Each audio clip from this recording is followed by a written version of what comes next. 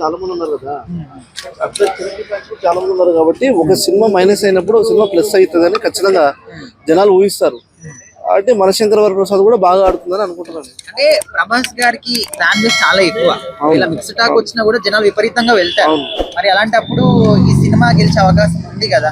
అంటే ఒకటి ఈ రోజు రిలీజ్ అయింది, ఇప్పుడు జనాలు అనేది నెగిటివ్ పాజిటివ్ మామూలు మాట్లాడుతుంటారు, అది కామన్. అది ఇంకొక వారం తర్వాత కూడా రిజల్ట్ ఎట్లుంటుంది అనేది తెలియదు.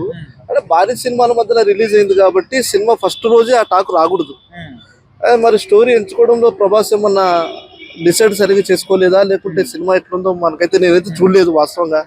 అంటే కొన్ని స్లోగా కూడా సినిమాలు ఆడే సినిమాలు కూడా ఉన్నాయి కాబట్టి రాజాసాబ్ కూడా ఒక 4-5 రోజుల తర్వాత మంచిగా ఆడే అవకాశాలు ఉన్నాయేమో అని నేను అనుకుంటున్నాను.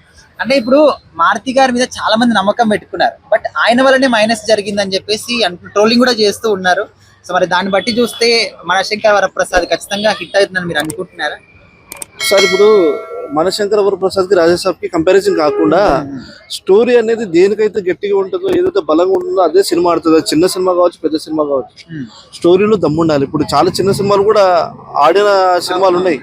ఇప్పుడు ఈ సినిమా మైనస్ అయిందంటే ఆ సినిమా ప్లస్ అవుతుంది, ఎందుకంటే దాంట్లో సాంగ్స్ బాగున్నాయి. మల్టీ స్టార్ మూవీ, ఇద్దరు కూడా భారీ ఫ్యాన్స్, డైరెక్టర్ మీద కూడా నమ్మకం ఉంది కాబట్టి మంచి కామెడీ ఎంటర్టైన్మెంట్ సినిమా కాబట్టి 100% సినిమా ఆడుతుందని అనుకుంటున్నాను. ఈ 2 సినిమాలే కాకుండా మిగతా సినిమాలు కూడా ఉన్నాయి, రవితేజ గారిది కావచ్చు, నవీన్ పోలిశెట్టి గారిది అండ్ శర్వానంద్ గారిది. మరి ఆ సినిమాల సంగతి ఏంటంటే ఇంకా ఉండవండి. ఇంకా నవీన్ పోలిశెట్టి ఆడవు, ఎందుకంటే నవీన్ పోలిశెట్టి రవితేజది కూడా ఈ ఏదో భార్య భర్తల సినిమా ఉంది కాబట్టి భర్త భర్తలు విజ్ఞప్తి ఏదో పెట్టాడు కాబట్టి నా ఆలోచన ప్రకారం నా ఒపీనియన్ చెప్తున్నాను. ఎందుకంటే ఈ పోలిశెట్టిది కానీ ఈ రవితేజ కానీ ఇవన్నీ సైడ్ తిరిగిపోతాయి, కష్టం అండి. మాలాడు సంక్రాంతి భారీలో దిగేది ఒకటి రాజాసాబ్ అనుకున్నాము, రాజాసాబ్ అది 50-50 ఛాన్సెస్ ఉన్నాయి. రాజాసాబ్ కూడా ఒక వారం తర్వాత మంచి టాక్ వచ్చిందంటే ఈ రెండింటి మధ్యలో పోటీ ఉండొచ్చు.